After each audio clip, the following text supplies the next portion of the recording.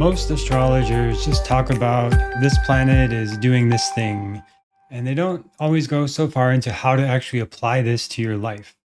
So that's what I think I get the most value from astrology. And one of the tools that I use to do that is the calendar of all the transits for the year. And not only that, but to break it down into the best time for starting projects, relationship decisions, moving, travel, all the time, all throughout the year, we're making millions of decisions. And ideally, we're making those decisions in sync with the universe in auspicious timing and not getting caught up in inauspicious timing and making decisions that are kind of going against the universe. So, the way that I like to do that is through knowing the transits, knowing the moon cycles, and then working with them rather than against them, knowing your own chart as well, and your own strengths and your own dasha and timeline. And this is what I teach at Mindful New Year, which is open for early enrollment until this Friday at mindfulnewyear.com. If you catch this later, you can still join. But now is the early enrollment time with some extra bonuses, and that's at mindfulnewyear.com. And today we're going to talk about what's going on this week, how you can work with these energies, because this week we have a new moon. It's the last new moon of 2025, and it's setting us into the new year. So it's almost like 2026 is getting a head start on the calendar, and we are moving into this new energy into the new year. I'm Jeremy Devins. This is the Quiet Mind Astrology podcast, and this is where I share my insights and learnings from Vedic astrology, the ancient Indian system, based on the sidereal zodiac, which is actually where the stars are in the sky. So when I say we're having this new moon in this nakshatra of Mula this week, you can actually look with a stargazing app or a telescope and see these transits I'm talking about in real time. You're not going to see the new moon because it's with the sun, but you can see the full moon, especially when that comes in 2 weeks. And the other movements like Jupiter, you can usually see pretty easily in the sky, and Venus as well. It's nice if you can be out somewhere you can see the sky pretty easily. But all that is good to know. But then how do you actually apply it to your life? That's what I try to do here on the podcast. But that's what I do, the big overview of the year, and give you the calendar, the same calendar I use every week, the same tool to make decisions and timing-based decisions, like when to start projects, when to book your plane tickets, when to make big, important financial decisions or relationship decisions. I provide that in the Mindful New Year workshop as part of the workshop. So you can check that out at mindfulnewyear.com, and you'll get this full year overview. Like if you're watching the video, I'm showing the one from 2025, where we can see all the major movements of the year before the year begins, and we can know all the big shifts coming up with eclipses and sign transits and everything. You may be happy to know that 2025 is about endings, and 2026 will likely be a gentler year about beginnings and a more hopeful, optimistic start. One of the big phrases I hear so much from people about 2025 is, that was the last time I will do X, or never again will I do Y, or I don't need to learn that lesson anymore. I got that lesson. And that is an ending. That is a completion of the 9-year in Vedic numerology. Next year is a 1 year about beginnings and potential, optimism, and hope. So it's a very positive energy. Someone like me who likes beginnings, I have a lot of Aries energy in my chart. I love starting things.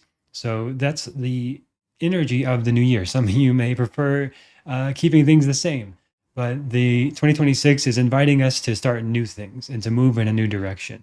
And if we're holding on to the past still into 2026, it's going to be more difficult. And really, 2025 is as difficult as it is to let go. And it can be very difficult to let go sometimes. And wherever the ego has been holding on, attachment to form, attachment to structure, attachment to identity, those things have been tested hardcore in 2025 to say, do you really need this? Is this really serving you? Are you really going to keep going in this direction? And if you are, what do you need to let go of to do that?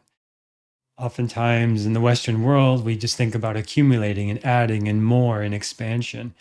But we can't have expansion without contraction. We can't have growth without some level of letting go. And usually we see this in nature through the seasons, like in the winter season when the leaves fall off and they create the mulch for the roots of the tree to grow in the spring season. And there's this nice cycle through nature. Or if it's a tropical environment, there's the rainy season and the dry season. There's always this sense of expansion and contraction on our experience here on Earth because of the sun and moon and the cycles of time that we have. So we need letting go, we need releasing. And that's what 2025 has been about. If you're still not letting go and holding on, then 2026 can be a lot more difficult than it needs to be. So hopefully you've created some space in your life to go into this new time and this new moon starting this week. So the new moon in Mula, Mula means what? Root.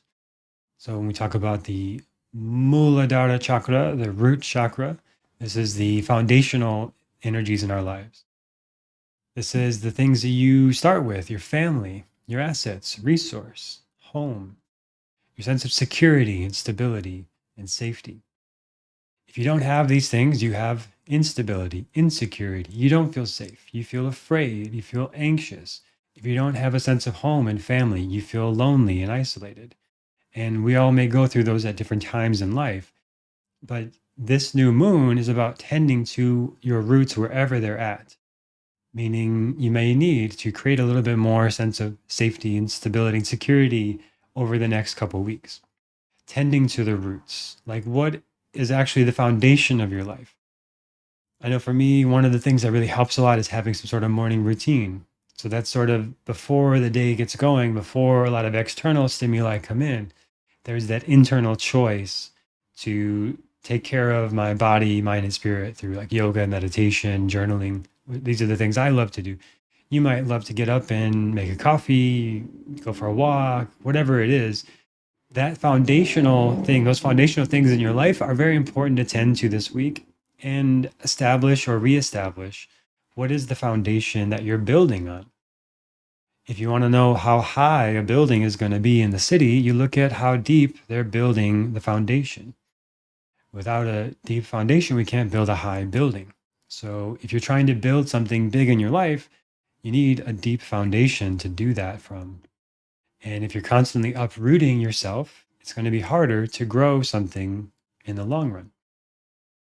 Another metaphor with roots is like a plant will grow to the size that its roots can grow. So if you have a plant that could grow 6 feet, but you put it in a tiny pot, no matter how much potential is in that plant, it can only grow so big because the pot's so small. So it might only grow to 2 feet instead of 6 feet.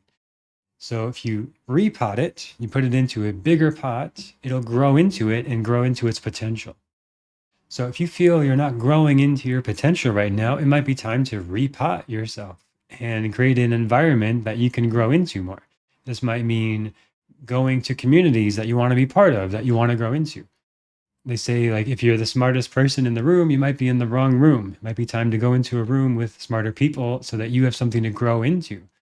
Or if you feel like you're a big fish in a small pond, you may start to feel stagnant. And the 1 year coming, and this new moon is moving us into the new year, it's a lot of potential of what you want to grow into.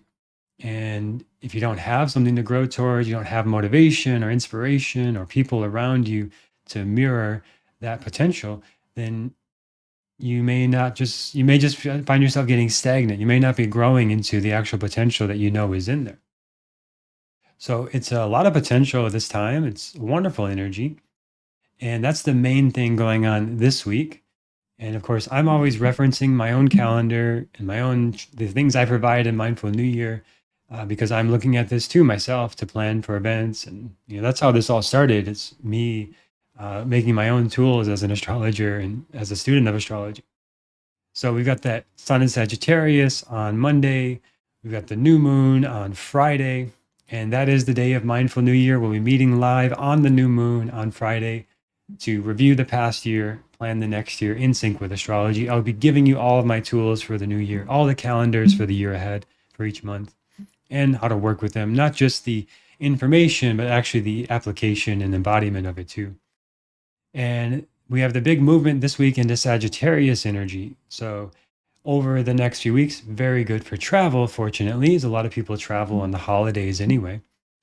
But if you're watching the video, you'll watch the planets move across the sky just like you would in real life, because we're using astronomy in Vedic astrology, which some of you may still be surprised to know in Western astrology, it is not based on what you see with your own eyes. It's based on the seasons. So if we're actually saying right now Venus is in Scorpio as I record this, you can see that in the sky with your own eyes. In Western astrology, they'd be saying the Venus is in Sagittarius and Sun is in Capricorn, which is not, and not in the astronomy. It is in a seasonal, energetic sense, not using the stars, and that's a whole nother topic. But right now, we have all this movement from Scorpio to Sagittarius. And whenever we have that from a water sign to a fire sign, this happens anytime there's a big movement from Scorpio to Sagittarius, or what other water signs we have?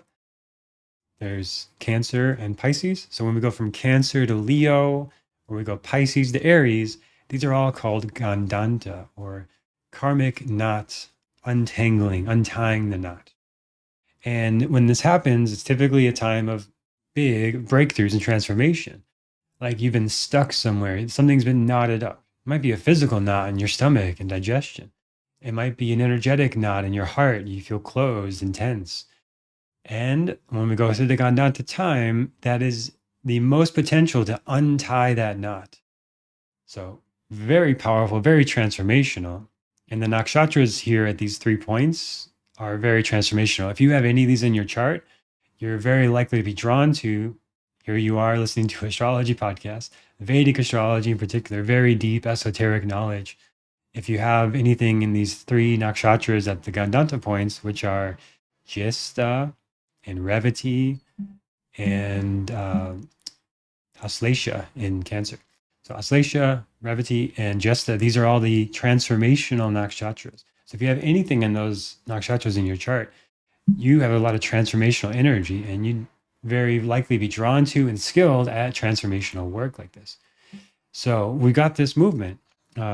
Moon's going through your Venus, Sun's just passed through. So all this movement through this untying of the karmic knot. And this is just great potential to have big breakthroughs. And it's a good time to be doing some sort of healing work. I like family constellation work, tarot, astrology, human design can be helpful, Enneagram can be helpful, therapy, counseling, coaching. There's so many great tools out there. Whatever you're drawn to. I love yoga as well. I teach yoga. And when you get my emails, I send out weekly practices to embody this energy. So I'll be sending out a practice to work with the Psoas. And that is the connection from the lower body to the upper body. And it's also considered our fight or flight muscle. So working on releasing tension in your psoas and QL, your lower back. This is great to do this kind of work this week through yoga, self-myofascial release, like using the therapy ball or getting a massage, working out the tension in your fight or flight muscles. Very good this week, because that's at the foundational stuff of the root chakra, which is around the base of the spine where the psoas is. And when you can release tension there, energy can flow more easily again. If there's tension stuck there, then energy cannot flow as easily, and you get stuck emotionally, energetically, frustrated, pent up anger. These things have a great potential to release this week as we go through this Gandanta region. And really, it's throughout December. So you may have already felt it. Some of you are very intuitive and you go through these shifts a little bit ahead of time, especially if you are a teacher in some form. You're often receiving these movements and energies a little early so that you can better help others who are about to go through them. Not that you're super special or anything, not to make it a big deal, but when you're very intuitive and we all have different gifts, then you may be experiencing these things last week or 2 weeks ago. But now you experience it and it creates space for you to build something new. And if you are a guide in this work, you have the experience to help others through this work. Powerful stuff. And those are the main energies going on this week. We are going to have on Sunday the solstice. So if you're in the northern hemisphere, this is the longest night of the year. And the cold weather comes over the next month or two, as it actually takes about a month for us to feel the effects of the sun rays, like the relation to the sun and earth, right? So the hottest months are usually like a month after the summer solstice, and the coldest months usually like a month after the winter solstice, around that time. So if you're in the southern hemisphere, Australia, New Zealand, South America, then this is going on into the longest day of the year. I happen to be in Uruguay right now in South America, and my first time having the seasons through the upside down lens. And it's a bit surreal. Being so far south, the days are very long right now, and I like it. It's nice. I was a very solar person myself. My sun exalted. I love a lot of the solar energy. So it's quite nice. But this solstice time is the sun standing still, solstice. So it's a really good time to pause in your life and reflect. And that's what we'll be doing at Mindful New Year on Friday the 19th. We'll be pausing, reviewing the past year. If you can't join live for some reason, you can get the replay. You can do it on Sunday. And again, it's just like standing still. Okay, what has passed over the past 12 months? What is to come? And with astrology, we get a sort of preview, sneak preview, like a movie trailer of like, Jupiter is going to be moving into Cancer next year, and Saturn staying in Pisces. And what does that mean? And how do we work with that? And we get a nice preview of it when we look ahead in the astrology. And again, this is what I do myself every year. I just love to share it. I find it so helpful. And to know, okay, this day good for starting projects, this day not good for travel, this day good for resolving conflicts, and knowing when to avoid things, when to move. I think of it a lot like the movie Matrix when Morpheus calls and he's directing Neo, okay, go left, wait, go right, go forward now. And Neo doesn't know why, but Morpheus does. And astrology is like Morpheus in the Matrix. It's like saying, okay, now is the time for this. Don't do that, do this. And we can live without it. We don't have to have it, but it can bring us on this journey into our soul's expression and our great expression of our gifts. And I think we all have unique gifts to share and something to express from our souls. And that's why we have this human experience. And I think it's really the most important question of 2026, 7, 8, all the way the next 4 years, as AI integrates into society and we go through this next revolution of society where a lot of jobs will be replaced by new jobs. And that means a lot of instability for a lot of people. But more than ever, it's like the question of purpose of, well, if robots can do all this, then why am I here? Why do humans exist? Why do we have emotions and relationships? And that is the question that astrology answers. Like you have unique gifts. You have great gifts to be a teacher or an engineer or an artist or whatever the thing is. And no matter how many amazing AI tools there are, like there's no substitute for human connection and interaction. And I had my own sort of coming to coming to Jesus moment, or whatever you want to call it, this year about that. And ultimately, I really needed to talk to one of my mentors about it, and they're like, "Well, why didn't you just ask AI about this?" Because I needed to talk to a person, and they're like, "Well, see, you can't replace humans." Like AI can do so many cool things, but ultimately, like we need each other, and we are social beings. And the AI is just a tool. In the same way, a pencil is a tool, a typewriter is a tool, and all these tools have advanced society dramatically, and they've made revolutions in society, and society moves on. And there was a time where everyone worked on a farm not too long ago, and now like 3% of the world works on farms, and the world moved on. And there was a time where everybody did this, and now they moved on, and now we do something else. So it'll keep evolving like this. And the real question is, more than ever, like we have so much convenience and resources, like what is our own soul wanting to express? And that's the answer. That's the question that astrology answers. So if you want some guidance and knowing what's coming up for you in the year ahead and how to work with it, that's what we'll do at Mindful New Year. I highly encourage you this week at some point to do some sort of New Year ritual or new moon ritual. Like setting intentions for this last cycle of the 2025, getting to the root of issues, doing some work with your psoas, low back, your root chakra, and addressing root matters like finances, home, security, family matters, anything that needs attention there, like basic needs, resources. And this is a very good time for doing that. So that is our look at this week in astrology. Hope you find this helpful. If you do, please leave a review on Apple Podcasts or a comment on Spotify or YouTube. Let me know what you want to see more of in episodes. And I look forward to sharing more with you this Friday at Mindful New Year, mindfulnewyear.com.